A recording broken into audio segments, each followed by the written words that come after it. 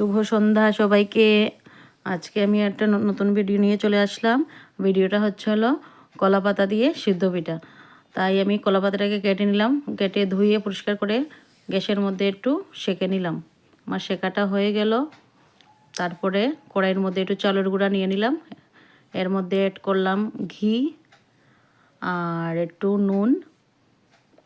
তারপরে একটু নাড়াচাড়া করলাম আবার, আর এরপরে একটু এর মধ্যে দিয়ে দিলাম একটু দুধ দেওয়া হয়ে গেল। দুধ দেওয়ার পরে আমি একটু নাড়াচাড়া করলাম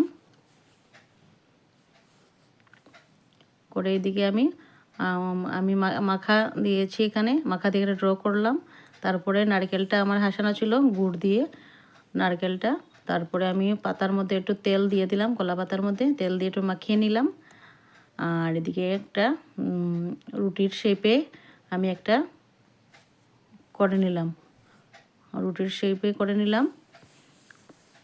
রুটির শেপটা হয়ে গেল আমার, তাই আমি চাকুর সাহায্যে 2 পিস করলাম। 2 পিস করার পরে আমি এর মধ্যে নারকেল হাসানোটা ছিল, নারকেল হাসানোটা একটু এর মধ্যে দিয়ে দিলাম। তারপরে একটা রোল করে নিলাম। দেখুন সবাই, একটু রোল করে একটু খেতে দিলাম, টুথপিক দিয়ে একটু কেটে দিলাম। সবগুলো হয়ে গেল আমার। তারপরে দিকে গ্যাসের মধ্যে জল বসিয়েছিলাম, এর মধ্যে সবটি একটা একটা করে সবটি দিয়ে দিলাম।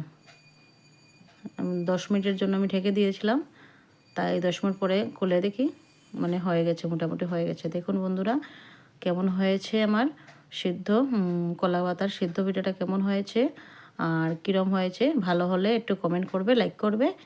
এই পর্যন্তই আমার বয়স, এই পর্যন্ত এখন রাখলাম।